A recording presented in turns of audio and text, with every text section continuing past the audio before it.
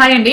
Recent గా శివాజీ గారిది ఒక ఇష్యూ జరిగింది. కొన్ని విషయాలు చూసినప్పుడు నేను మాట్లాడకుండా ఉండలేనండి. ఎందుకంటే నేను సొసైటీలో బ్రతుకుతున్నాను. శివాజీ గారు ఏదైతే మాట్లాడారో చాలా కరెక్ట్. చాలా మంది తల్లిదండ్రుల మనోవేదనది. డీసెంట్ గా ఉండాలి అని అనుకునే అమ్మాయిల మనసులోని మాటలు అవి. ఆయన ఏ పదాలైతే వాడారో ఒక 2-3 వాడకూడని పదాలు వాడారు. దానికి ఆయన కూడా సారీ చెప్పారు. దాన్ని నేను కూడా సమర్థించను, ఎవరు సమర్థించరు. ఆయన సారీ చెప్పారు. కానీ ఆయన ఇంటెన్షన్ ఏదైతే ఉందో అది తప్పు కాదు కదా.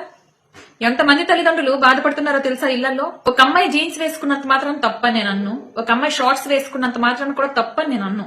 బట్ ఏ ప్లేస్ కి ఎలా రెడీ అవ్వాలో అలా వెళ్ళాలి. చాలా బాధగా ఉంది. అంటే యథార్థవాది లోక విరోధి అంటారు కదా, నిజాలు మాట్లాడేవాడు ఎవ్వరికి నచ్చడు. నేను ఒక అమ్మాయిగా చెప్తున్నా, శివాజీ గారు మాట్లాడిన మాటల్లో నాకు ఎలాంటి తప్పు కనిపించలేదు. ఎక్సెప్ట్ ఆ 2-3 పదాలు ఆయన ఏవైతే వాడకూడని పదాలు వాడారో వాటిని నేను కూడా ఖండిస్తున్నాను. ఆయన కూడా ఆల్రెడీ సారీ చెప్పారు. బట్ ఆయన ఏదైతే మాట్లాడారో అందులో ఏం తప్పు ఉందండి. హన్సీ గారు, చిన్మయ్య గారు, ఇలా పెద్ద పెద్ద వాళ్ళందరూ వచ్చేస్తున్నారు కదా. నాకు అర్థం కాక అడుగుతాను, ప్రపంచంలో చాలా సమస్యలు ఉంటాయి.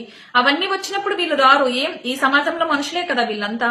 బట్ డ్రెస్సింగ్ అనేసరికి ఎందుకు వస్తారో నాకు అర్థం కాదు అసలు. ఆడపిల్లల మీద ఎవరైనా ఏదైనా అఘాయిత్యం చేస్తే వీళ్ళు ఏదో న్యాయం చేసేసినట్లు వస్తారు.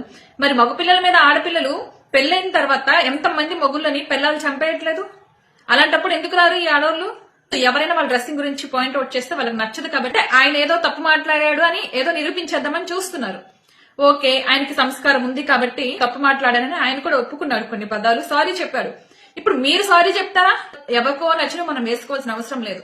కానీ ప్రతి దానికి ఒక లిమిట్ ఉంటదండి. మీకు నచ్చింది కదా అని మా లాంటి వాళ్ళ ముందుకు వచ్చి మీరు బికినీలో తిరిగితే మాకు ఎంత అసహ్యంగా ఉంటుందో తెలుసా.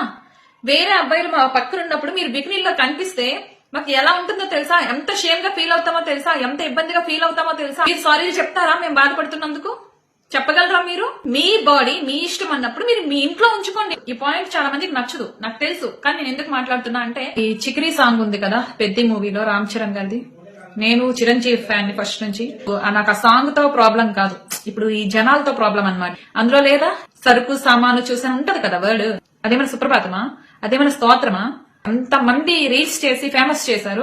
ఇప్పుడు ఒక మనిషి అదే మాట మాట్లాడితే మీకు తప్పు అనిపించింది. నిజమే, అలా మాట్లాడకూడదు.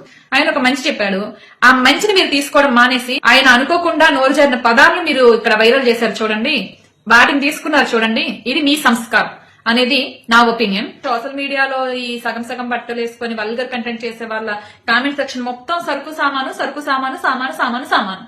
మరి అప్పుడు లేని సామాను మీద కోపం ఇప్పుడు శివాజీ గారి నోటి నుంచి వస్తే ఎందుకు వచ్చిందో నాకు అర్థం కావట్లేదు.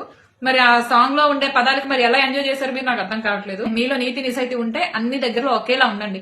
ఓకేనా? ఒక దగ్గర అలా మాట్లాడి ఇంకో దగ్గర ఇంకోలా మాట్లాడకండి.